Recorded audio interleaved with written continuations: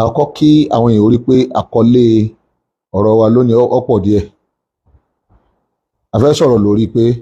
ta ni mufti ilẹ̀ Yorùbá. Ẹlòmíràn expect pé mi tiẹ̀ gbọ́dọ̀ sọ̀rọ̀ lé lórí kí n tiẹ̀ dálé ní tá a fẹ́ sọ ní ẹ gbọ́. Ta ni Sheikh Adam Alilori? Ìyàwó la sì kọ́ sí Markasu Agége. Ọ̀rọ̀ ṣókí ta ní lórí League of Imam and Alpha àbí àwo la kọ́ sí. Tọ́pìkì mi ni pé ìgbà wo la mú àwẹ̀, because ẹlòmíràn ti mú àwẹ̀ lẹ́ẹ̀ nísìn, bẹ̀rẹ̀ ìgbà wo ló yẹ ká mú àwẹ̀. Bismillahir Rahmanir Rahim. Mo fẹ́ káwọn èèyàn wa kàn farabalẹ̀ kàn gbọ́ àlàyé. Ta ni mufti ilẹ̀ Yorùbá? Ohun tí wọ́n fẹ́ kó yé wa òun náà ni wípé èmi ò yan ara mi mufti, anada'i, èmi ń ṣe dáwà ni. Kápẹ́ lábẹ́ òbrẹ́là Jamaat Ta'awun Muslimi, abẹ̀rẹ̀ dáwà lórúkọ Jamaat Ta'awun Muslimi ní 1994. Ọdún méje before 1994 àbí ọdún mẹ́jọ àbí ntótó méje sí mẹ́jọ before 1994 àti ń ṣe dáwà ló kọ mí bí orúkọ Rafi'uddin. Èyí tá a ṣe kẹ́yìn ká tó dá Jamaat Ta'awun lẹ́ 1994 ó ní Majlisu Sharia, ibi tá a ti ń tírìtì àkídà and tírìtì kìtàbù àti sunna. Kó tó wá di pé àwa ronú láti gbé iṣẹ́ Islam tó fẹ̀ tí ó dẹ̀ kárí gbogbo àgbáyé, especially bẹ̀rẹ̀ láti ilẹ̀ Yorùbá wa yìí. Àwa gbé iṣẹ́ yẹn kalẹ̀ ní sẹ́tọ̀ pé lẹ́yìn ìgbà tá a dímọ̀ràn, lẹ́yìn ìgbà tá a ronú, lẹ́yìn kíka ọ̀pọ̀lọpọ̀ tírà, lẹ́yìn títẹ̀ sí àìmọye àfá táàgùn lè sọ iye wọn mọ́, àìmọye tírà, lẹ́yìn jíjókòó wòye báwọn kan ṣe dáwà àwọn tẹ́lẹ̀tẹ́lẹ̀, àìsàn àgbé Jamaat Ta'awun Muslimi rẹ̀. Ní tí mo fọwọ́ ara mi dálẹ̀ ní Jamaat Ta'awun Muslimi. Àwọn èèyàn mi bá ṣe ń dálẹ̀ náà ni wọ́n sọ pé kí n máa lídìí àwọn gẹ́gẹ́ bí ẹni tí ó mú mọ̀ràn wá. Mufti mi ò pé ara mi ní mufti. Ṣùgbọ́n nítorí pé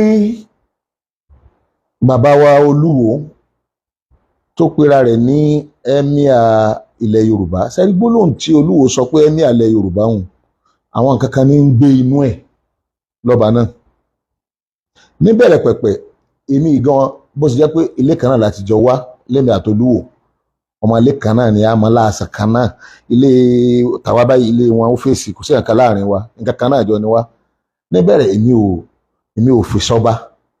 because ọ̀tọ̀ lọ́ba tí àwa ń gbìyànjú kó jẹ́ ọba, àmọ́ ẹni tó wu Ọlọ́run náà ni Olúwo. Bí Olúwo yìí ṣe bẹ̀rẹ̀ kò jẹ́ káyọ̀ tí sọ pé ẹja súnmọ́ Olúwo yìí, ṣùgbọ́n kíní kan ni Olúwo ní tó lágbára, kò gba ẹbọ, kò faramẹ́ ẹbọ òrìṣà lẹ́yìn Ọlọ́run ànábì wa Muhammad sallallahu alaihi wasallam, kò gba ẹlòmíì lọ́lọ́run mọ́ àti ànábì mọ́. Olúwo kórìíra ẹbọ gan-an. Tẹ́ bá ní ẹ̀rá lè bù lára Olúwo, ẹ sáà mọ̀ pé nǹkan ọ̀kan tó le jù lọ́dọ̀ Olúwo kò fara mẹ́bọ. Ó fara gbọ́n àmọye àfáà gan. Tẹ́ bá rà àfáà tí ń bá jà, ó ń torí ọ̀rọ̀ àsọdé bó ṣe ká sọdé lórí pé kò ṣẹbọ ní Islam ló lè mú níjà pẹ̀lú àfáà tóun náà bá gbà pé ẹbọ wà ní ẹ̀sìn Islam. Kì í ṣe pé wàá tako Islam,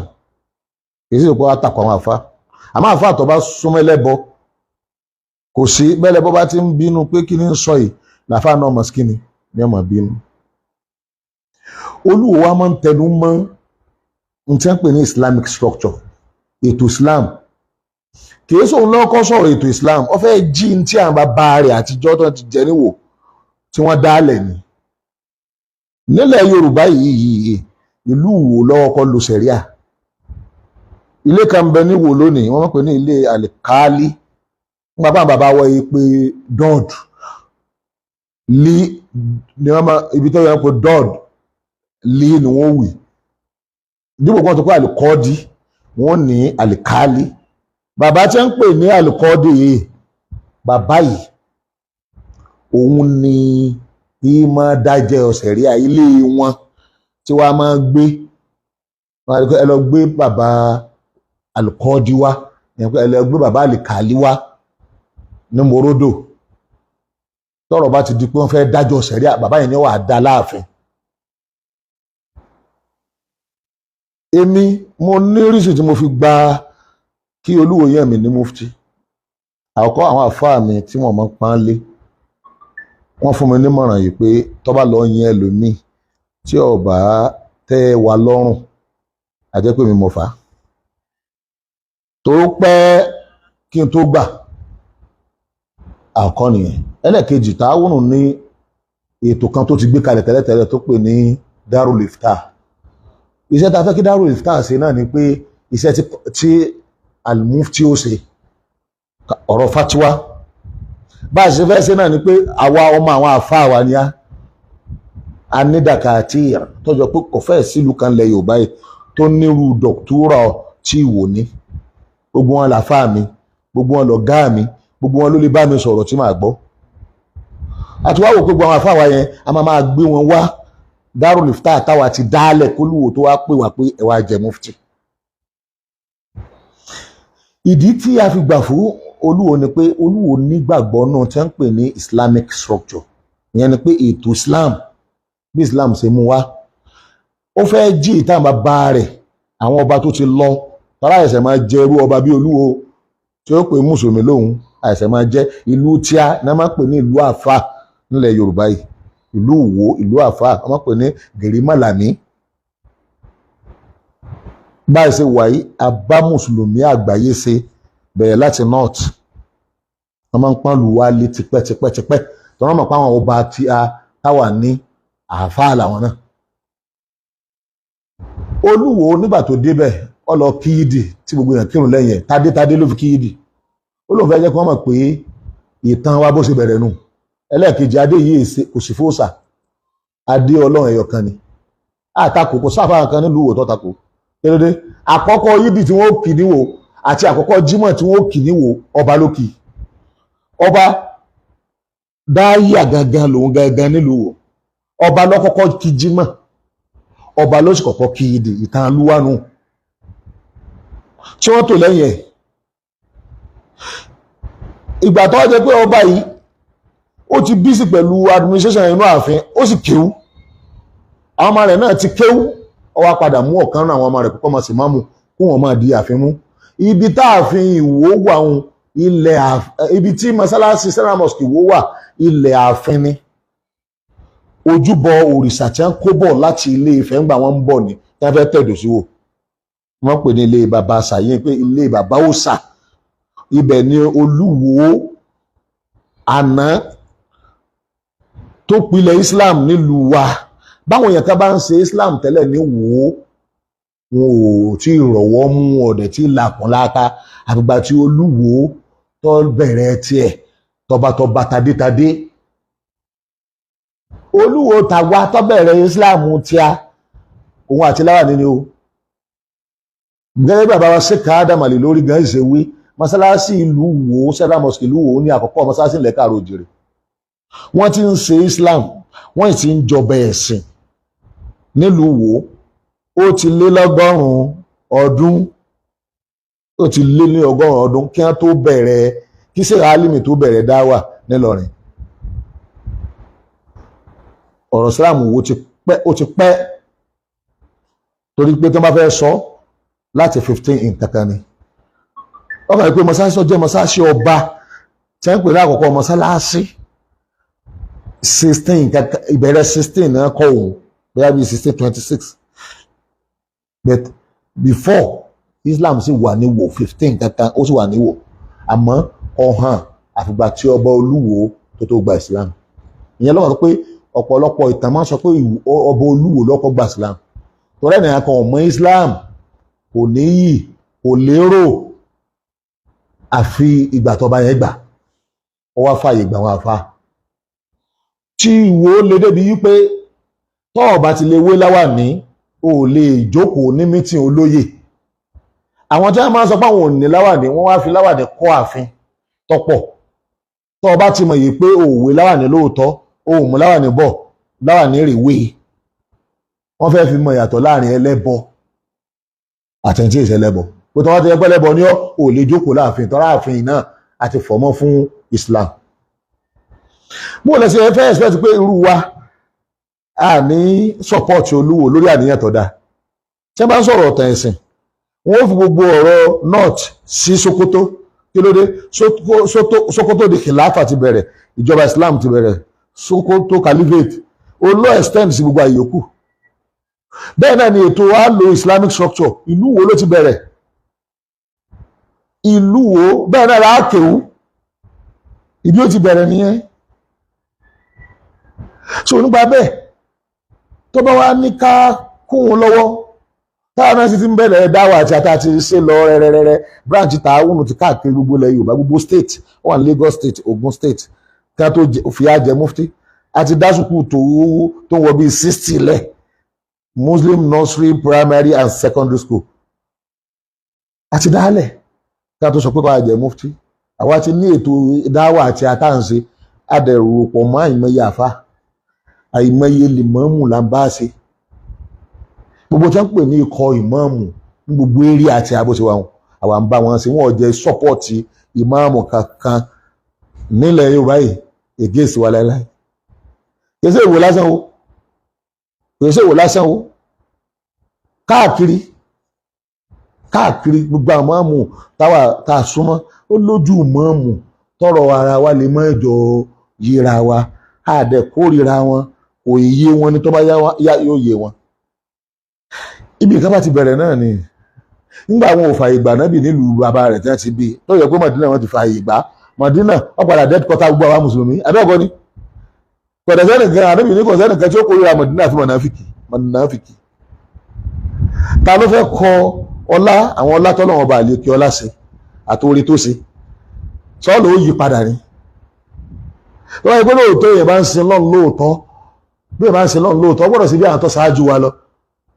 ìlú Mọ́kà wọn ti bí ànábì kí ẹ ti pé Islam ò respect Mọ́kà kí ẹ ti pé Mùsùlùmí ò respect Mọ́kà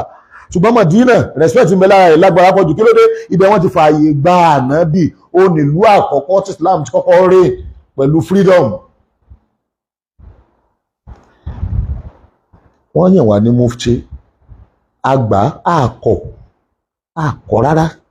kí ló dé nítorí normal nù authority ló yàn wá kì í sáwọn tó wà ní under authority gbogbo mọ́múlẹ̀ Yorùbá under authority wọn wà under kíni o authority kò sí authority kankan lẹ́yìn government authority kan tí government tún gbà pé ẹ̀ exist lẹ́gbẹ̀ẹ́ òun dẹ́gbẹ̀ pé ó reduce agbára ẹ̀ wọn náà ní authority ọba. ìbí wọ́n ti máa ń wò mọ́mù ni pé olóyè ọba kápẹ́ wo ni olóyè ọba ní mọ́mù nílùú wo ìlú Islam ọba àyè tó yẹ kó wà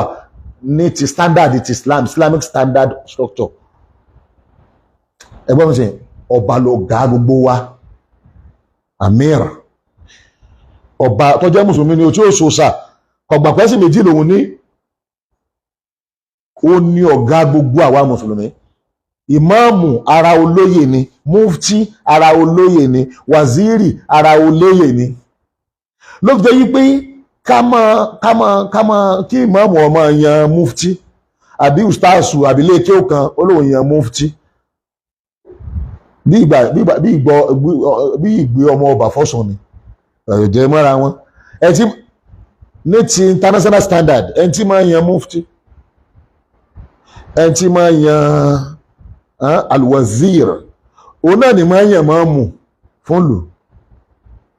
mufti èsè ẹjọ́ ní a máa ṣe fatuwa fún léèké kan wọ́n náà wá ṣe fatuwa fún lù àbí fún gbogbo orílẹ̀-èdè náà wọ́n ń pè mufti kí oyè tó kọjá léèké ní iléèké kan ò lè mùdírù léèké kan ò lè yàn nígbà tí ẹ̀bùn bákan sáà ń fọ́ gbogbo ẹ̀ pọ̀ mọ́ra wọn lásán ni ọkọjá mùdírù kìí ṣẹgbẹ́ mùdírù àti wàzírò àti mufti o àti máàmù o oyè ìlú ni ẹni ó sì ní ìlú ní máa ń yàn ìjọba èyí sì ń yàn àmọ́ ìjọba máa ń yan ọba ní máa ń yàn ń wọ́n náà wá fún alọ́ba gan tó pẹ́ ara rẹ̀ ní mùsùlùmí tó ṣe pé ìtàn rẹ̀ ní kéré pé ìkà ń wé mára wọn máa ń wulẹ̀ pẹ̀ dàgbòsí tó lè ṣe ò lè yọ ìtàn ẹ̀kọ́ ó lè yọ́pọ̀ olúgbèsè ayé wa nílùú wa ọba yẹn tí wọ́n á dúró ó dẹ̀ pè wá káìsì tó gbà àgbà tí ibi táwa náà ti kéwú àwọn tó rẹ àwa tí bàbá mi alwazir tó jẹ́ magaji Sheikh Alubarika Muhammad àbí bàbá wa khalifa Sheikh Alubarika Muhammad fún khalifa àjọ táwọn méjì ń bá ní mọ́gbà mi nígbà bẹ̀tẹ̀ pé ibi mo ti kéwú àfáà mi tó kọ́ mi ń kéwú ọmọ ẹ̀ àfáàsì lòun náà wọn àdẹ̀ fi álọ́rùn lẹ̀ wọ́n ń gá èdè wa àwa náà lọ gba àmọ̀ràn lọ́wọ́ wọn àmì gbàkẹ́ni yìí o àwa náà dẹ̀ tún wò lọ́nà mi pé ọba yìí ìyẹn gbọ́dọ̀ kún lọ́wọ́ ọlọ́ni wa ta'awanu 'alal birri wat taqwa ẹran ara yín lórí dáadáa ẹran ara yín lọ́wọ́ lórí dáadáa àti bẹ̀rù ọlọ́run nígbà bá jìnnà sí tó bá ń ṣe dáadáa sáwá lẹ́nu ọ̀rọ̀ àwa lájẹ̀bi yẹn lóòótọ́ báwọn ọba yẹn ṣe rí kèsì gbogbo nǹkan tẹ́ ẹ bá rò bẹ́ẹ̀ mọ̀ wí fún ọ ni wọ́n mọ̀ tẹ̀lé ó nọ́mà àmọ́ bàbá súnmọ́ ẹnu tí ń tẹ̀ létà ń wí fún ọ wọn à ní tẹ̀lé àwa láwà jẹ̀bi ẹ̀ ọba prógámù jàmọ́ wa mú táìtù yẹn nìkan làwọ̀ láàgbé lórí nínú jàmọ́ wa ọba ìtọ́sọ́nà àwọn àfáà mi ọba mu ó dẹ̀ bá prógámù bílù wa ṣe rí tí a fẹ́ dá padà bó ṣe rí in tó nọ́mà nílẹ̀ káàró òjìire gbogbo àwọn àfáà ńláńláńláńláńlá àwọn ẹni ọlọ́run tí ń sọ́pọ̀tì wa lórí mufti yìí wọ́n gbọ́ lásán ni wọ́n ò pè wọ́n sí mítì wọ́n gbọ́ pé Olúwo ti yàn wọ́n dẹ̀ faramọ́ nígbà nú wọ́n dá tó pé lórí ire ni wọ́n àwọn èsè onítẹ̀m̀bẹ̀lẹ̀kú inú wọn dùn sí gbogbo wọn láti lọ sálámà sí àwọn tá a lágbára pọ̀sibù ká tẹ́ gbogbo èèyàn lọ́rùn àwọn tá a lágbára ti lọ sálámà sí ẹni ọba fún aláyè pé ká wá àwọn àbá ìgbà tá a láfẹ́ sálámà sí bàbá wa Sheikh Sabab ọmọ bàbá wa Sheikh Adam Ali lórí àgbàfà ni alùsùnà ni wọ́n aláwọ̀ ni tí wọ́n bá aláwọ̀ wa àmọ́ bẹ́lọ̀ náà ni pé ìjọba tó aláwọ̀ wa ẹni ọba tó fẹ́ ká sálámà sí wọn á lọ sálámà sí bàbá níwò bàbá àgbà Sheikh Rabi ìgbà aláfẹ́ sálámà sí wọ́n aláwọ̀ alájá lọ wọ́n sì yúwù ńláńlá bàbá wa ìmáàmù gbogbo Ìlọrin wọ́n aláwọ̀ wa ló jẹ́ àlọ́ tààtún láàfà gbogbo àwọn tó jẹ́ ní ọlọ́run wọ́n aláwọ̀ wa ni ẹ̀yìn yẹn wá àwọn nǹkan tá à ń túìtì yìí ó yẹ á túìtì ẹ̀ nítorí ẹlòmíì ó ní ìdìmọ̀ràn tí irú ọ̀rọ̀ báyìí bá ń ṣẹlẹ̀ irú ọ̀rọ̀ báyìí má fi ṣèjà rárá ṣé nígbà wọn wá yan mufti níbì kan ìbáwá àti kọ́kọ́ yan wàsíìrì tiẹ̀ akẹ́lòmínà tó máa yan wàsíìrì tiẹ̀ Ìwó wọ́n ti yan wàsíìrì ọba ló ṣe yàn ọba gẹ́gẹ́ bí authority tó yan wàsíìrì ọ̀rọ̀ ìgbé téèyàn bá nọ́mà tó jẹ́ èèyàn gidi inú rẹ̀ ó dùn pé ọba yàn ojú kún aṣọ pé àfáà lè kí ó kan lóṣù kìíní lọ́yàn ọ lọ ìmáàmù tí ó lẹ́tọ̀ sí àti yan wàsíìrì ẹgẹ́sẹ̀ ó lọ́lá kéèyàn ó tó fi proud pé Olúwo yàn mí ní mufti àbí ọyàn bàbá wa ní wàsíìrì wàláhì ó tó fi proud ju ẹnìkan tẹ́ pé wọ́n máa ń yan òun náà lọ wọ́n yàn ni tó bá fọwọ́ sí ò lè wà nípò tó sì kíni tó fẹ́ wà nípa bẹ́ẹ̀ ta ni mufti ilẹ̀ Yorùbá bó ṣe yóò jẹ́ ni wípé ẹni tí authority bá sì kíni tó bá yàn ní tó authority bá yàn tó bá sì jọ bí Islam ṣe máa sì kíni bí ṣe máa ṣe tá a bá dẹ̀ wò tán tá a pa lọ́hùn Olúwo lẹ́tọ̀ọ́ àti yan alwazir fún gbogbo ilẹ̀ Yorùbá àwa fọ́ọ̀sì ara wa lé yín lórí o iṣẹ́ táwa fẹ́ ṣe lọ́wọ́ torí nígbà wọ́n yẹ̀ wá wàzírí àti wọ́n yẹ̀ wá ní wàzírí ní ìsìn èyàn àfáà mi Sheikh Yakubu Abdulbaki Muhammad tó sì mú ènìyàn ọmọ kí ó nà tán yàn mí ní mufti ṣé ta ní fún mi lówó oṣù ìjọba ní àbí ta ní àbólúwo gan ta ní bá mi ń rọrùn ìgbìyànjú tí mò ń ṣe even mo free lórí ntí bá fẹ́ ṣe Olúwo kí n sọ́dọ̀ ní sọ pé àmì ìrù tó sọ rèé ó free wa ó believe pé ìmọ̀ ń bẹ lọ́dọ̀ wa ká mọ ṣé wọ́n bá ṣe pa wá láṣẹ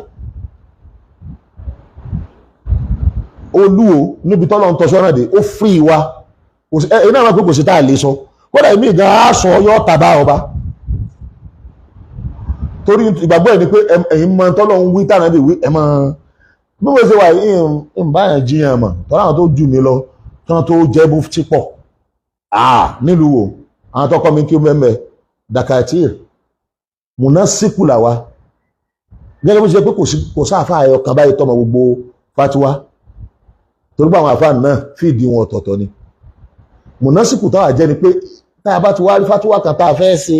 ẹni ọba jẹ pé kọ́ọ̀sì tó ṣe ọjẹ́ mọ́ kàkà ṣùṣù rẹ̀ profession rẹ̀ ọjẹ́ mọ́ bẹ́ẹ̀ alákòjú ní sẹ́ ó ṣe sẹ̀ríà ẹjẹ́ ní sẹ́ ẹ̀tọ́ jẹmọ́ sẹ̀ríà àgbé fatuwa tó jẹmọ́ sẹ̀ríà àgbé fún àwọn kan bẹ kùránì wọ́n ṣe fatuwa tó jẹ àwọn kan bẹ language ni wọ́n ṣe àwọn kan bẹ dáwà ni wọ́n ṣe àkídà àwọn àmọ́ gbogbo àwọn afáwa wọ́n sì ń dá wa lóhùn gbogbo àwọn afáwa lọ́sọ̀ pọ̀ tiwa gbogbo àwọn afáwa tí wọ́n jáde ilẹ̀ lárúbáwá tó yẹ pé ìmọ̀ ni wọ́n ọmọ àwọn afáà làwa akàjẹ́mù náà síkù lásán pé afáwa lórí àwọn nǹkan báyìí ẹ wá sọ fún wa ká sì sọ fàyè bá a ṣe ń ṣe ètò dáhùn lifta ìtì àánú wọ́wọ́ àbí mọ́jú lifta lẹ́gbẹ̀ẹ́ ní mufti tẹ̀rí àtúní program kan bẹ̀tẹ̀ pé ní alimakama yẹn ní alimakama tó islamiyya every Saturday tó bá ti wá sí ìlú wo lọ́fíìsì mufti ọ̀sọ̀pọ̀ ń lọ síbẹ̀ gbogbo ọ̀ràn ìjà pátá tí bá ń ṣẹlẹ̀ àbọ̀rọ̀ pé ọ̀rọ̀ bóyá ó lè jẹ́jẹ́ èsì láàrin mùsùlùmí sí mùsùlùmí ó dẹ̀ lè jẹ́jà mọ̀lẹ́bí ìdílé àwọn izu míì tí wọ́n gbé lọ kóòtù táwọn mùsùlùmí gbéra wọn lọ sí kóòtù adájókòó kankalẹ̀ tí wọ́n bá fẹ́ parí ìjókòó tí wọ́n bá fẹ́ yanjú ìjà ó wá lè jẹ́ pé ń gbà mí ọ̀kan náà àwọn àfáà àgbà àbí ìmáàmù àbáṣáájú ẹ̀sẹ̀ kan ni wọ́n lọ gbé wá wípé ẹ bá ní bá àwọn èèyàn yìí sọ̀rọ̀ lẹ́yìn ìgbà táwọn ti parí primary assignment wọn àti ṣàlàyé fún wọn àti mú yìí lọ́wọ́ táwọn náà bá wọn sọ̀rọ̀ tọ́rọ̀ yóò fi wọ inú wọn á wà lọ gbé ọ̀kan náà àwọn àgbà àfáà wá òun náà sọ̀rọ̀ lé lórí tí wọ́n bá sọ̀rọ̀ lé lórí ìgbà yẹn tó yẹ pé oṣù yẹn bá wà ní kóòtù tẹ́lẹ̀tẹ́lẹ̀ ìgbà yẹn ìkọ̀kìnní ìkọ̀kẹ́jì tí wọ́n ti gbà fún wa àwọn àbáwọn jókòó papọ̀ túrú lọ́ọ̀yà tí ń darí ọ́fíìsì yẹn wọ́n wà kọ ìtì adájọ́ tí ó sáyẹ̀nsì wọ́n àgbẹ́jọ́ yẹn kó kóòtù àìmọye ẹjọ́ tó yẹ pé kóòtù ni ó wà tó ti kú ò tó yẹ pé àwọn alápadà parí ẹ̀ àìmọye tí wọ́n fẹ́ gbé lọ kóòtù tó pé ọ̀dọ̀ wa ni wọ́n gbé wá adẹ̀yẹnjú ẹ̀ ẹgbẹ́ nísìn ọlọ́ndẹ̀bà níyẹnjú àti yanjú ìjà tó lé lọ́gọ́rùn-ún méjì. bẹ́ẹ̀ náà ni àṣemọ́gbà wọn àfáwà pé ẹ wá ṣàlàyé àwọn àlàyé ọ̀rọ̀ ẹ̀sìn tọ́ta kókó àbáwọn yíṣù tó jẹ́ yíṣù tó tọ́tọ́tọ́tọ́. bákan náà ọ̀dọ́ ti tàwọn mi torí jàmbá tàwọn sùn mí ni a wà nù nàmbà 1 tí ń sọ̀lù wa ibi abáyé tó ti lọ́mọ tó pọ̀ bí Ìbàdàn ní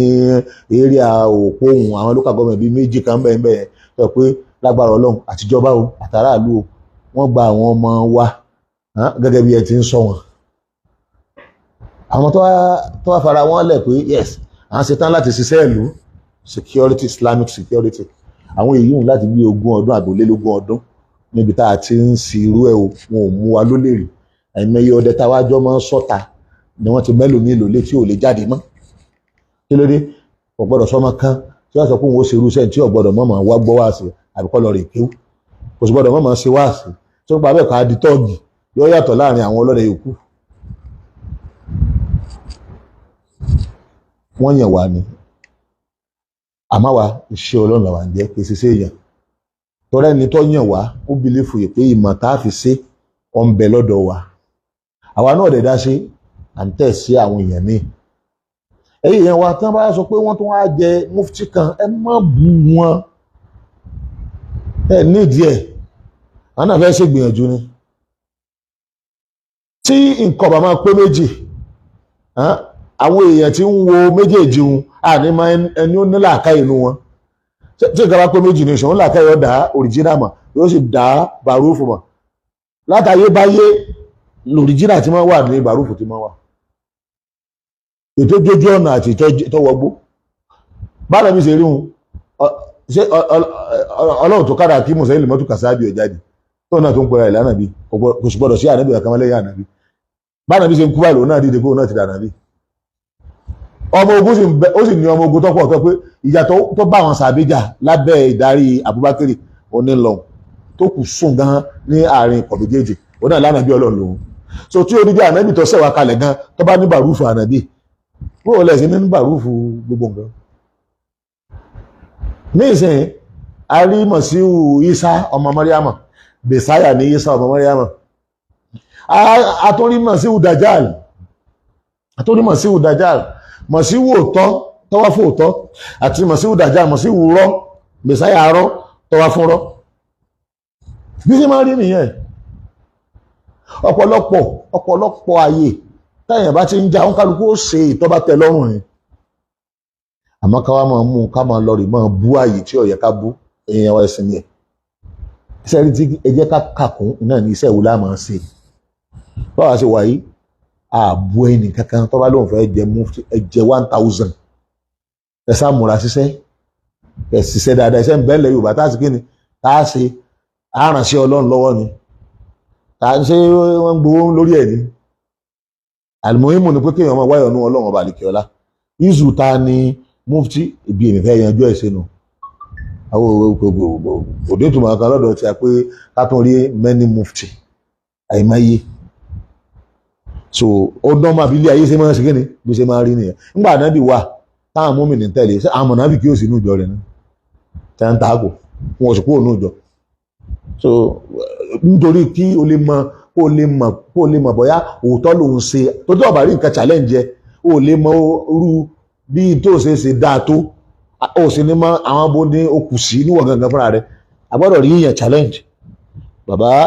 kí bàbá tí wọ́n bá pín yẹn ní mufti gbú ọ̀sán ẹja ajọ mọ́ ṣiṣẹ́ Ọlọ́run ọba àlekè ọlá lọ ilẹ̀ Yorùbá ní ìdí ọ̀pọ̀lọpọ̀ gbìyànjú Ọlọ́run wà pẹ̀lú wa. Ẹ̀kejì Sheikh Adam Ali lórí àti Markaz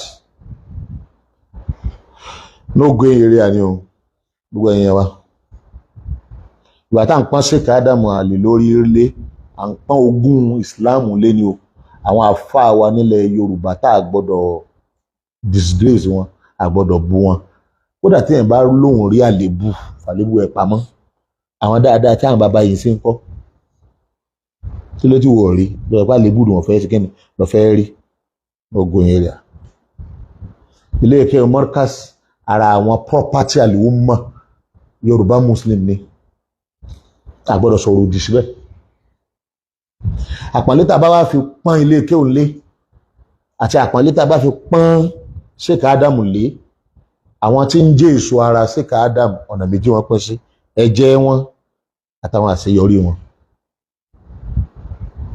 àwọn bàbá Alubarika wà tó pé ńgbà tí mo ṣàbẹ̀wò wọn àwọn ọmọ kéwu bàbá wa Adam Ali lórí ẹni tó sì belong sí Markaz wọ́n welcome mi inú wọn dùn ẹ mọ̀ pé ilé kéwù àìmọye oríire láti ṣe lára rẹ̀ Ọlọ́run má da ilé kéwù yẹn rú ẹ wo àti ìgbà tó ti bẹ̀rẹ̀ òdúdó ọmọ sọ mi ò kí ṣe ẹ ti máa ń sọ̀sọ̀ ìlú kan tí bá fẹ́ sọ ni màá ti kíni ni màá sọ. ẹ̀jẹ̀ Sheikh Adam Ali lórí ọwọ́ ẹ̀kọ́ mu wa wọ́n wá prógámù wa wọ́n fíṣítì wa àjọjẹ àjọmú so gbọ́dọ̀ sẹ́yìn kankan tá a gbà lérò pé ọ̀tá lábàwọ̀ ṣe rárá o kí ló dé àṣeyọrí Sheikh Adam Ali lórí tá a bá ti lè pọ́n lé àti ń dọ́gbọ́n fi àbùkù kan àwọn orí Ọlọ́run tọ́lọ́run ṣe fún àyè àáfàá wa iná ní Sheikh Adam Ali lórí ní ìgbà wọn wà láyé àti ìgbà tí wọn sì láyé mọ́ torí bàbá tó kan tá a máa kà ọkọ̀ ọ̀lẹ̀ tó bá kú ní bọ́dì àṣeyọrí rẹ̀ ó sì kù tá a lè kà tá a tó fi mọ̀nà. ìkejì tó pé ọ̀gá àṣeyọrí tí bàbá wa ṣe ni pé ó dá ilé iṣẹ́ kan lẹ̀ tẹ́ pé ilé iṣẹ́ tí bàbá dálẹ̀ yìí gbogbo wa pátápátá là ń jàǹfààní ẹ wá dúró millions tí wọ́n ti jàǹfààní Markaz ẹ dàpọ̀ gbogbo ẹ̀yin tẹ́ bá fẹ́ máa sọ̀rọ̀ bẹ́ẹ̀nìkan bá kó àléébù bá àwọn kan máa sọ pé ọmọ ọ̀sán tí ń kó kókóró bá ìyẹ́ ayé ti kọjá ọmọ ọ̀sán tó ń kókóró bá ìyẹ́ o ayé ti kọjá rẹ o ọ̀sán ní kẹ́ ẹ sùn ẹ gbọ́dọ̀ ìyẹn pé ọmọ ọ̀sán òun náà lẹ́ẹ̀sùn ẹ má sùn ọ̀sán o láì jẹ́ bẹ́ẹ̀ ní bá ọ̀sán mọ́ ẹ má torí pé ẹnìkan ó ṣe nǹkan kan tí ó tẹ́ yín lọ́rùn lẹ́wà lọ́ máa bú Sheikh Adam lórí àbí ẹ máa bú ilé kí wọn. ìkejì àpọ́nlé tí a bá fi pọ́n bàbá wa Sheikh Adam lórí lé ẹ fi pọ́n ẹnikẹ́ni tó bá jẹ mọ́ Sheikh náà ẹ fi pọ́n lé àmọ́ níbi òtítọ́ orí òtítọ́ ní ká dúró lé lórí. kò sí ẹnìkan tó lè sọ pé Sheikh Adam lórí lápèjúwe lórí kí ni mọ́kífù wa lórí ṣé Ìsá ọmọ Màríàmù ń bọ̀ àbí òsì Jésù ìtí Sheikh Adam lórí gangan kọ́ọ́lẹ̀ ó ní pé Jésù ń bọ̀ so tẹ́nìkan bá tó sọ̀rọ̀ mi ọ̀sọ̀ tiẹ̀ sápò ara rẹ̀ ẹ̀gbọ́n mi nìsín ìkejì ni pé àfa àlàwà ó ọ̀kan lè sọ ọpọlọ rẹ fún àkọsẹ́ tí ò lọ́pọlọ kọ́ sọ pé ọpọlọ rẹ rè tó bá sọ ọpọlọ rẹ ọ̀ká àbọ̀ mọ́ ọmọ ọpọlọ rẹ lọ àmọ́ wa kí lànà bí wa sọ láti kíni látẹ̀lé ó náà ní Sheikh Adam lórí náà ṣe kíni ló sọ ibi àdó sínú ẹgbẹ́ ṣe èyí ò kọ̀ fàjà káwọn lọ máa bú ilé kéwù yẹn àbí ká máa bú Sheikh Adam lórí àní àtàgàn tá a bá ní mistake tí Sheikh Adam lórí ṣe kò sí ẹ̀dá náà lórí ayé tí ò ní mistake gbogbo àwọn àfa àwọn ọ̀nà oṣù náà àwọn náà ní mistake yẹn kò condemn bú ẹ ṣe jẹ́ sí onítọ̀hún tọ́lọ́ ń bá sọ àwọn ànábì ọlọ́wọ́ máa sọ wọ́n tiẹ̀ ní o kò sí ẹnìkan tó dàbí ọlọ́run lillahil kamal wahdahu la sharika lahu ọlọ́run nìkan ló pé tẹ́ẹ̀lì rálẹ̀ bó ọ̀kan lára ọlọ́run ẹ bá fẹ́ sórí burúkú lókù so mókìfù wa nìyẹn kọ́dẹ̀ ní gbèsè mókìfù torí ẹnìkan mókìfù àlùmọ̀ ni torí Sheikh Adam ti kọjá property ẹnìkan wọ́n yẹ ṣe property ìdílé wọn property gbogbo mùsùlùmí lẹ káàró òkìjèrè bẹ́ẹ̀ náà léèké wọn yẹn náà property tí gbogbo mùsùlùmí lẹ káàró òjèrè tọ́gbọ́dọ̀ pọ̀ lé ni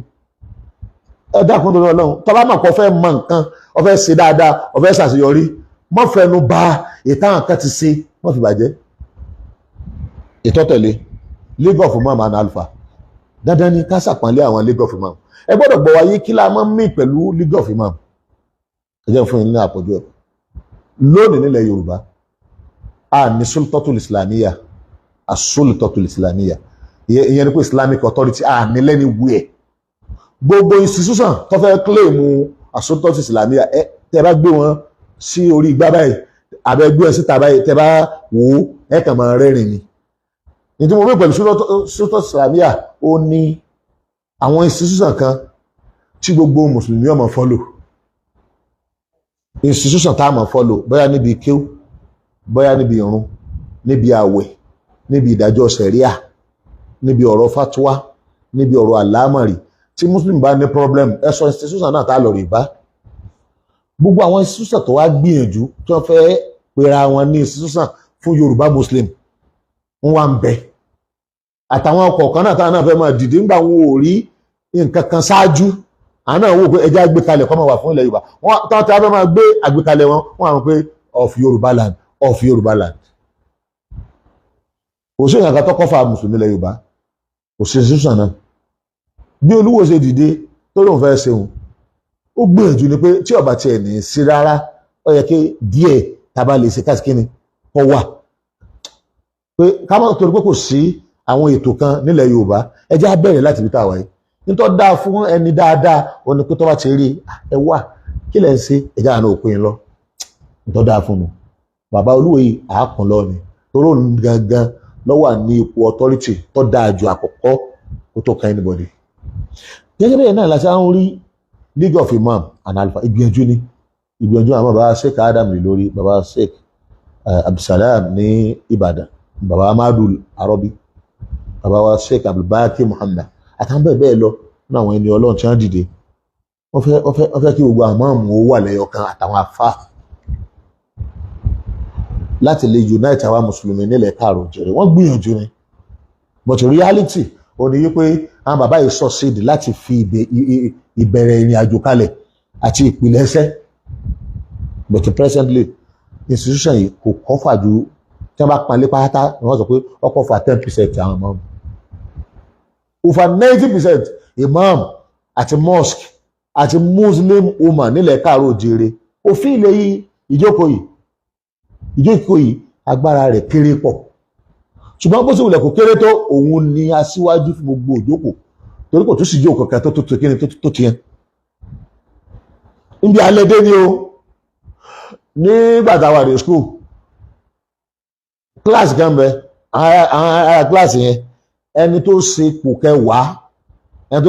kíláàsì òun ó fèèlì ní kíni rẹ̀ ó sì ní ó wà ní ipò kẹwàá wọ́n àmọ́ tí sì bẹ́ẹ̀ ní kíláàsì òun bíi 30 ni wọ́n á fèèlì lọ́wọ́ ẹ tó wà sí ipò kẹwàá fèèlì wọn kọ́ ọdún káàdì rẹ̀ bẹ́ẹ̀ nílẹ̀ Yorùbá afẹ́ẹ̀dì pọ̀ níbi ètò Islam àlẹ́ ètò Islam tó lè kó gbogbo mùsùlùmí mọ́ra tí ó gáìdì wọn tí gbogbo muslim ní gbogbo agboolé ibi tí wọ́n bá rí wọ́n wà wọ́n máa fi ilẹ̀ ṣùgbọ́n nínú gbìyànjú táwọn tó ṣáájú wá ṣe ó ní League of Imam and Alpha àwa níbi náà bá ń bí muslim na komyo ẹgbẹ́ mi sè muslim student fan student na komyo fáwọn youth gbogbo wọn pátá gbogbo ìṣúṣẹ́ pátá wọ́n kẹ́ gbìyànjú ni ìgbìyànjú ìyọ̀kọ́ fa nǹkankan ká pé ìgbìyànjú tí wọ́n gbìyànjú gbogbo muslim wẹ́kọ̀ wọn ẹ̀ lágboolé ságboolé ìlú sí ìlú tí ó sì agboolé kan àbí ìlú kan tí ò ní representative àbí tí wọn ò lè link àbí táwọn náà ò lè connect wọn agbára ti wà fún Islam àgbọ̀yé owó ò ní rí àdàràdà bó ṣe rí Islamic authority nítorí wọ́n wà fún ni wípé láti jẹ́ kí understanding muslim kó wà unique àwọn muslim tó bá ti ní one authority àgbọ́yé wọn náà ṣe kí ni yóò wà unique ẹ wọlé Yorùbá yìí ní authority fún Islamic kò sí authority kankan kò sí Islamic leadership kankan tágbára rẹ̀ ká Yorùbá muslim pẹ̀lú bẹ́ẹ̀ béyìí dé kò ní tẹ́wọ́ yóò pẹ̀lú rẹ̀ ṣéwù ó sì ti ṣéwù gbé náà béyìí bá dé yóò pẹ̀lú rẹ̀ ní máàmù yóò sì yanra rẹ̀ ní máàmù àbíkọ́ lọ kọ́ mọ́sálásí yóò sì di máàmù náà nù ó free láti ṣe anything lórúkọ Islam ní ilẹ̀ káàró òjìrì yìí ọ̀pọ̀lọpọ̀ àwọn ilẹ̀ lábá táwà visit tẹ́nìkan bá bọ́ sórí mídíà tó bẹ̀rẹ̀ sí máa sọ̀rọ̀ tó ń ṣe wá sí wọ́n á challenge ẹ̀ certificate wo ló ní ta ló fún ọ ní authority pé kó máa ṣe kíni kó máa sọ̀rọ̀ níbi àtòrí social media o àtòrí rédíò tẹlifíṣàn o òfin rẹ̀ àti sọ̀rọ̀ bá máa kankan oríṣiríṣi àwọn dàjáàlì wá pọ̀ oríṣiríṣi kàdàbùn àwọn òkúrọ̀ oríṣiríṣi juhal aláìmọ̀kan wọ́n á pọ̀ oríṣiríṣi onífẹ̀ẹ́nú ẹ wo bí àwọn oríṣiríṣi àwọn àfáà ṣe mislead wa lórí rédíò lórí social media ọ̀rọ̀ ajá ìjà wọ́n jà yẹn lọ tọ́ lọ rẹ́rẹ́rẹ́ nígbò tó yá ọ̀rọ̀ láwàní wọ́n jà yẹn lọ rẹ́rẹ́ nígbò pé kò sẹ́ni tí ò lè sọ̀rọ̀ and then normally káwọn bá máa confuse the public masses káwọn bá máa bà ètò jẹ́ láti secure Islamic understanding àwọn nǹkan yìí ọgbọ́dọ̀ lé ètò bẹ́ẹ̀ tí kò sọ authority tó fẹ́ tò ọ̀rọ̀ àmọ̀ ẹ̀jẹ̀ mọ́mù mọ́sálásí olóògùn ń jẹ́ tí ó ní bàbá àwọn tó lọ ó ní ẹni tí ó mọ tí ó fi kírun gan ọ ń jẹ́ because kò sí Islamic authority tó fẹ́ gba area yẹn mú ṣé wàá rí ìhà táwa kọ ni pé àwa máa ń challenge àwọn bàbá wa pé èsì pé a fẹ́ condemn wọn a máa ń challenge wọn ẹ gbé ètò ìkalẹ̀ dáadáa ẹ pè ní ẹ báyẹ kẹ́ ẹ pè mọ́ra ẹ pè wọ́n mọ́ra ẹ jẹ́ kí League of Imam kó ṣiṣẹ́ tó yẹ kó ṣe kíni tó yẹ kó ṣe ẹ má jẹ́ ọ̀jẹ́ pé ẹ̀yin kẹlẹ́kẹ̀ mọ́ sí kíni lẹ́ẹ̀mọ́ sí láàrin ara yín ní ìsìn bá a ṣe ń gbọ́ ní ìsìn mufti ti di púpọ̀ báyìí wọ́n ní mufti kan nítorí ọ̀rọ̀ ààwẹ̀ mufti kan jáde mufti kan tún jáde nìbàdàn ní ìsìn àtún rí àìmọye mufti tí ó sì kíni tí ó jáde ẹyẹ yẹn wá ẹ má wọrí pẹ̀lú yẹn bí ó ṣe gbọ́dọ̀ máa rí náà nù nítorí kí dáadáa kó lè bá lójútu ni ẹ mọ̀ pé wọ́n máa ń pé àlẹ́dínà yẹn sọ̀rọ̀ wọn lè kọ́ àwọn tí wọ́n máa ń gbọ́rọ̀ wọ́n tàbí wọn náà kíní àṣàlà tọ́wọ́ pé èmi bá jẹ́ mú mi ní òdodo ọ gbọ́rọ̀ gbogbo ọ̀rọ̀ lọ́gbọ̀ àmì ìtọ́ bá da abẹ̀ ló sì kíni lọ́ọ́ tẹ̀lé tọ́wọ́ pé mú mi ní òdodo ni ọ wọn náà ní sọ pé gbogbo tá a bá ti gbọ́ náà ni a ṣe pé tẹ́sí ọ̀nù ewu lọ́ba tọ́lọ́run àti ànábì rẹ̀ lọ́ba mu so àwọn bàbá wa League of Imam stand wa pẹ̀lú wọn ni pé kán rí organize ẹ̀ kán sì pé gbogbo èèyàn mọ́ra kán sì má lé ẹnìkankan torí pé orúkọ tí ń jẹ́ orúkọ gbogbo wa ni kì í sóko ẹnìkan kì í sóko patch kan torí àlùmọ̀ nídìí institution tí ó dùn gẹ́gẹ́ bí authority fún láti gbìjà rẹ̀ torí kì í sáà dẹ́kára àmì amẹ́yẹ àwọn ìjọ ni ó challenge wa ìjọ Christian á challenge wa ìjọ ẹlẹ́bọ á challenge wa ìjọ àwọn aláìní kan ṣe á challenge wa òṣèlú á affect wa bẹ̀tẹ̀ àwọn institution yìí tó wà fún pé kí àwọn tó fẹ́ máa challenge wa kọ́ bá máa challenge wa kán lè máa defend wa làwọn wà fún àwọn làwọn sọ pé ẹ̀tún gbé kalẹ̀ àwọn tó wà yẹ kó wà ń bẹ́ẹ̀ tí wọ́n bá ti wà ń bẹ́ẹ̀ kò ní mínì ẹ má torí pé nǹkan kan tá a bá ń rí àbí àwa kan tá a ti mojú ara wa kí ẹ sẹ́yìn ní represent àlùmọ̀ ẹ̀mọ́yà àlùmọ̀ ní ọmọ tí ń lọ ọmọ yín gbé wọn ọ̀dá yín mọ̀ gan over 90% muslim ní ò lẹ́tí ń gáìdì ẹ̀ sẹ́kẹ̀ jẹ́ ọkọ̀ mùsùlùmí lásán kódà ẹlòmíì bá ń kírun gan kọ̀ tá sí máàmù ìmáàmù agboolé rẹ̀ gbogbo àwọn ìpátápátá lọ́gbọ̀dọ̀ mọ fíìlì pé èsì sísàn rẹ̀ tá a gbọ́dọ̀ tẹ̀lé tá a bá ti ní darí ìyọ́ jẹ wa ìyá yẹn sì ń jẹ mùsùlùmí lọ́wọ́lọ́wọ́ báyìí nígbà tí ò sí darí so ẹ̀yin bàbá ní league of imam tó sọ fún yín ẹ̀rì organize ara yín dáadáa ọlọ́run wà pẹ̀lú wa èyí tó parí ẹ̀ náà ni ìgbà wo ni a mú àwẹ̀ ń gbọ́ pé wọ́n láwọn kan ti sọ ìgbà tá a mú àwẹ̀ àbámọ̀dá lásán lè nù àbámọ̀dá lásán kò kẹsàn tó lè sọ ìgbà tá a mú àwẹ̀ báyìí ó ti ní bí wọ́n ti máa mú àwẹ̀ à ń retí ìgbà tí àbánu bá pé 29 bánu bí ṣe kọ́ wa oye nǹkan mẹ́ta lọ́kàn yìí lẹ́yìn yẹn wá sẹ́ gbọ́ nígbà tí sàbánu bá tó pé 29 láwa máa wá pé ṣé 29 ni ó jẹ́ àbá áfíríkà kan àlàyé bá ṣe mọ̀nù òkè ṣe ìmọ̀ falak nípa wọ́n ti wá calculate wọ́n ti wá sí wọ́n bá calculate gbogbo àná àlájọ mọ̀mọ́ àwọn tó sì mọ̀ jù àlọ wọ́n pọ̀ Saudi Arabia mọ̀ gbogbo country lọ́mọ̀ àmọ́ wọ́n tẹ̀lé súnà ànábì wọ́n tẹ̀lé kí ni súnà ànábì ni pé tí sàbán tó bá ti pé 29 tẹ́ rí oṣù ẹgbẹ́ nìsín àjẹ́ pé ìjọ́ kejì rẹ̀ àwẹ̀ Ramadan bẹ̀rẹ̀ ni ṣùgbọ́n tá a bá tún wá rí oṣù tí ó yọ ẹgbẹ́ nìsín tá a wá tí ó yọ ẹgbẹ́ mi àìdájọ́ lẹ̀ o gbogbo àwọn ẹjọ́ náà ń dájọ́ lẹ̀ o àwọn kan ń dímọ̀ràn láàrin ara wọn lásán ni ṣé wọ́n bú ọ ni wọ́n bú ọ ìgbésẹ̀ mẹ́ta ló wà ká tó gbààwẹ̀ ìgbésẹ̀ aláwọ̀kọ́ ni pé a dúró de ìgbà tí sàbánu bá pé kí ni o 29 ó wá lè jẹ́ pé sàbánu ò ní ju 29 lọ ìjọ òfin ní 29 lọ pé ńgbà bá ń wá oṣù kárí oṣù ní 29 yẹn ṣùgbọ́n tá a bá ti róṣù àjẹ́ pé yóò pé sàbánu ó pọ̀ gbọ́n ẹgbọ́n mi ṣe lẹ́yìn ìlà abẹ́ Ramadan ìjọ tó tẹ̀lé agbẹ̀ Ramadan ìjọ tí sàbánu ọba pé 31 ní Ramadan ọjẹ́ kí ni Ramadan aláwọ̀kọ́ ńgbà bá ti róṣù ní 29 so ànábì òtó ò sálàyé fún àánú ààrẹ dúró de òsánì kan tó dàdé ànàbí ìgbésẹ̀ aláwọ̀kọ́ nù ìgbésẹ̀ ẹlẹ́kejì a ní authority tá à ń manage lé lórí gbogbo adá sì jọ jókòó ẹ̀ ní nínú ànípa àárẹ̀ tí kí sultan kí ni kó kéde authority yẹn kí sultan tó kéde ń lọ dáa jù àmì máa ń wò pé ńgbà sáadà rí àbá tó kéde kákọ́ àwọn tó tún dúró de sáadà rí àgbàbá tó kéde ni ó ta sàn ju àwọn tí wọ́n á sọ fún ayálẹ̀ láì jẹ́ pé sàbáàní tí ì parí ẹgbẹ́ ìsìn àwọn èsì tó sẹ́jú kẹ́lẹ̀ ká máa sọ fún àgbégbà tá a mú kìnìún ọkàn calculate lásán ni everybody ló lè calculate àwọn kèfèrí àwọn náà ń calculate ẹ̀ náà everybody wọ́n lè calculate ọ̀rọ̀ lásán ni kì í ṣe fàtúwá ọ̀rọ̀ lásán ni tí sultan ọba ti kéde so the right person ẹni tó tọ́ sí nǹkan ní ṣe léèké kan ní àkéde àbáfà léèké kan ó yé nìsín tí wọ́n bá fi lé mufti lẹ́nu mufti ọgbà yọ̀ǹda lọ́dọ̀ ọba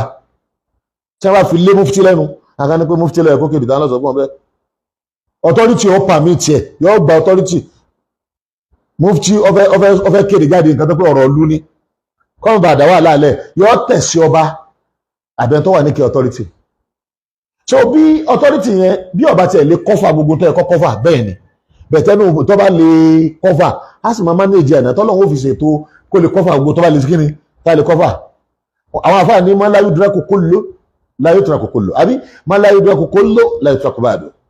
ní tá a bá lè ṣe gbogbo rẹ̀ ìta bá lè ṣe ń bẹ́ àdé fi ilẹ̀ gbogbo nǹkan yà lè ṣe ṣùgbọ́n díẹ̀ tá a bá lè ṣe àwọn nítorí pé nígbà tí gbogbo rẹ̀ ò ti ṣe àdé ṣe díẹ̀ náà nù á sẹ̀nu wọn bá tá a bá lè ṣe. so ẹ̀yin mùsùlùmí lẹ káàró òjìrè àwọ̀ ẹ̀yin ẹ má rí tí ẹ ní ìsìn nígbà tí sàbáàn bá pé 29 ẹgbọ́n mi ní ìsìn lásìkò mọ́gíríbì ibẹ̀ àwà máa wá oṣù tá a bá wá rí àwà rí tí kí authority oṣù kí ni kó kéde bọ́ ọ bá rí lọ́dọ̀ ara rẹ̀ ò gbọ́dọ̀ kéde kí ẹnìkan wá mú kọ́kàn àkéde bóyá ilé ìkẹ́ kan àbí area kan àbáfà kan lọ́wọ́ ló ń kéde èèyàn yapa sí àwọn múmi ní òdodo nù ọmọ yìí ṣàkíkẹ rasul ọlọ́run lẹ́yìn tó bá yapa sánàbí nígbàdí máa tabayyana lahul huda ó sì mọ̀ pé ọ̀rọ̀ ọlọ́run rí ọ̀rọ̀ ànábì rí wa yattabi ghayra sabili mu'minin ó wá tó wá ń tẹ̀lé lánàá tí èsì lànà àwọn olùgbàgbọ́ òdodo ìlànà tí èsì lànà àwọn olùgbàgbọ́ òdodo nuwallihi ma tawalla ọlọ́run ládọ̀ dáa tí ọba gbára lé ọ̀nà sílé jahannam àwọn àfihàn náà jahannam wa sa'at masir ṣe ìbùdó sí àyíyapa sí àwọn mùsùlùmí àwa mùsùlùmí ní gbogbo nàìjíríà àrètí sultan kò sí ibi kankan ní ó sọ fún wa pé ibi báyìí ìkejì tó wáyé pé sultan bá wà tí kò bá nọ́ọ̀tì mu tá àjọ sọ ọwá wà nílẹ̀ yorùbá ẹgbẹ́ ìṣẹ̀tọ́ pé àjọ sọ òun ni òun náà ó tún lọ́lá lẹ́yìn kápẹ́ kò sí ti àpapọ̀ àmọ́tà àpapọ̀ wà gbogbo àwọn bàbá wa yìí náà ni wọ́n fara balẹ̀ àti fẹnu kò ìlànà ti mẹ́tẹ́lẹ̀ tẹ́lẹ̀ ó ti kó mẹ́ so we don't expect ọjọ́ tá a gbá àwẹ̀ kẹ́nìkan ó kéde rẹ̀ ẹni wọ́n bá kéde rẹ̀ bàrúùfù ló kéde bàrúùfù lẹ́nu tó kéde nǹkan ní tí kẹ́kọ̀ọ́ expect ẹ̀yìn wa àwọn tí ó kéde tọ́jẹ́ ti àwa mùsùlùmí gidi tí èsà àwa tá a fẹ́ da sáfúrú àwọn yẹn gan ó dùn di 29 kíní kan àti wo fálá kan àti fi ẹ́ńjìnì kan wo igba ẹlòmọ́ sọ ẹ̀ńdàbà lásán ni kìí ṣe fatuwa ẹ̀ńdàbà lásán ni ẹ̀dẹ́sẹ̀ so ká wá oṣù yẹn ara àwẹ̀ ni ká sì dúró di 29 ara ọ̀rọ̀ tí wọ́n fi tọ́ wa sọ́nà ni láwọn tó ju àlọ́ káwa máa sọ pé a ti mọ̀ọ́lẹ̀ láti sin èèyàn kan dábà lásán ni àbọ̀ jíyàn pọ̀ ọmọ àbọ̀ ọmọ ó lè yẹ pé déètì tó mú ó lè bá mú ó sì lè mọ́ bá mú ẹtí ẹni sìn bọ́ bá mú ànítẹ̀lẹ́ ọ bí ọba mú ànítẹ̀lẹ́ ọ kí ló dé àti ní àwọn tí wọ́n ní ká gbọ́ lẹ́nu wọn kì í sẹ́nu rẹ̀ wọ́n ní ká ti gbọ́ a ti jọ fẹ́ẹ́ kò sí bẹ́ẹ̀ ni báyìí ṣe ṣe lọ́dún tó lọ báyìí ṣe máa ń ṣe láwọn ọdún wọ́n tó lọ́wọ́ fẹ́ yapa máa káwọn tó bá lè tẹ̀lé ọ máa kó wọn káàkiri bọ́lọ́mọ̀ ọlọ́run wà pẹ̀lú wa ṣùgbọ́n àwa mùsùlùmí ẹ jẹ́ ká máa lé ìfẹ́ ìṣọ̀kan ká sì máa respect pé kò sí ká máa gbọ́ jágán o gbogbo àtọ́lọ́wọ̀n bá tí ì fún anísẹ̀ islam ṣe kí authority islam wà ẹgbọ́n mínísìn àwọn jágán oríṣiríṣi a máa rí ẹ àti àwọn ìyapa oríṣiríṣi a máa bá ṣe máa dín pẹ̀lú ẹ̀ náà ni a sì ṣe sùúrù tọ̀pọ̀ àmọ́ o gbogbo àwọn àfa àwọn aṣáájú ẹ̀sìn ẹ̀ gbọ́dọ̀ bú wọn o mo kí fún wa pẹ̀lú Ìlọrin islam ni Ìlọrin islam ni àwa pọ́n ọba tí ń bẹ ń bẹ̀ lé a sì pọ́n bàbá wa imam tí ń bẹ ń bẹ̀ lé apá gbogbo mùsùlùmí tí ń bẹ nílùú Ìlọrin àti ìlú yẹn gangan fúnra rẹ̀ ìlú islam ni apá mọ́ríkàs lé apá gbogbo àwọn bàbá ẹ̀sìn apá wọn lé kò sẹ́ni kankan nù wọn tí ò ní àṣìṣe kò sẹ́ni kankan nù wa tí ò ní àṣìṣe kò sẹ́ni kankan nù ọmọ ànábì Ádámù tí ò ní àṣìṣe àmọ́ àṣìṣe kọ́lá àmọ́ fi sọ̀rẹ̀ ẹgẹ́ nìsín bí kò ṣe islam wa mádàmá tá a bá ti rí èèyàn tó gbà pé la ilaha illallah muhammad rasulullah tí sì ń bá wa kírun wákàtí márùn-ún wa yìí tí ń bá wa gba ààwẹ̀ ramadan tí ò tako sakat tó sì tako hajj ẹgbẹ́ mi sìn gbogbo ẹni tó bá ti jẹ́ pé àtijọ́ owí la ilaha illallah jáde ọmọ ìyá wa ni owí la ilaha illallah jáde lẹ́nu báyìí ọmọ ìyá wa ni ọlọ́run wà pẹ̀lú wa o ibi tá a bá kù sí ara máa bá ṣe máa bára sọ pẹ̀lú ọgbọ́n a sì máa sọ ìfẹ́ ọlọ́run wà pẹ̀lú wa subhana rabbika rabbil izzati amma yasifun wa salamun ala al-mursalin alhamdulillah.